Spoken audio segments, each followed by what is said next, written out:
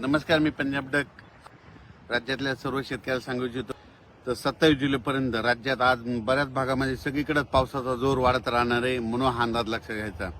सांगायचं झालं तर सुरुवातीला विदर्भाकडे वळू.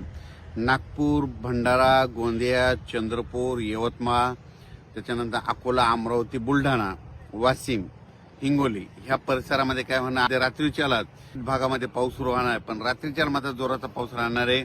म्हणून हा पूर्व विदर्भ, पश्चिम विदर्भातल्या 11 जिल्ह्यातल्या शेतकऱ्यांना लक्ष द्यायचा.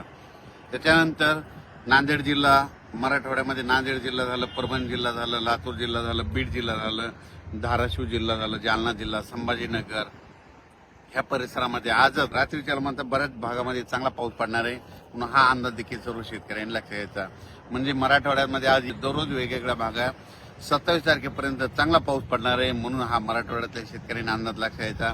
काही ठिकाणी रिमझिम राईम, कुठं थोडा शेतामध्ये पाणी सचल, कुठं पेंडॉलचा पाऊस पडेल, पण हा पाऊस येणार आहे. म्हणून हा अंदाज शेतकऱ्यांच्या पिकासाठी खूप चांगला राहणार आहे. म्हणून हे शेतकऱ्यांना लक्ष द्यायचं. त्याच्यानंतर उत्तर महाराष्ट्राकडून, उत्तर महाराष्ट्रातल्या शेतकऱ्यांसाठी खास करून आनंदाची बातमी म्हणजे नंदुरबार जिल्हा, कारण की तिथं पाऊसच पडला नव्हता. ते 27 तारखेपर्यंत नंदुरबार जिल्ह्यामध्ये काही काही ठिकाणी मुसळधार पाऊस त्या 5-6 दिवसामध्ये पडणार आहे. म्हणून ही नंदुरबार जिल्ह्यासाठी आनंदाची बातमी, धुळे जिल्ह्यासाठी आनंदाची बातमी, जळगाव जिल्ह्यासाठी आनंदाची बातमी. म्हणून हा अंदाज सर्व शेतकऱ्यांनी लक्ष द्यायचा. त्याच्यानंतर राज्यात आज म्हणजे बऱ्याच ठिकाणी ठिकठिकाणी चांगला पाऊस पडणार आहे. म्हणून हा अंदाज लक्ष द्यायचा. खास करून मुंबई, पुणे, नाशिक, त्र्यंबकेश्वर तिकडे देखील काय होणार आहे, ते 27 तारखेच्या दरम्यान 27 जुलैपर्यंत चांगला जोराचा पाऊस पडणार आहे. नाशिककडे परत एकदा गोदावरी नदीला पाणी येऊ शकतं. म्हणून हे अंदाज लक्ष येतं. 27च्या दरम्यान नाशिक जिल्ह्यामध्ये तिकडं म्हणजे गुजरातच्या बॉर्डरकडं म्हणजे वरती पाऊस पडणार आहे.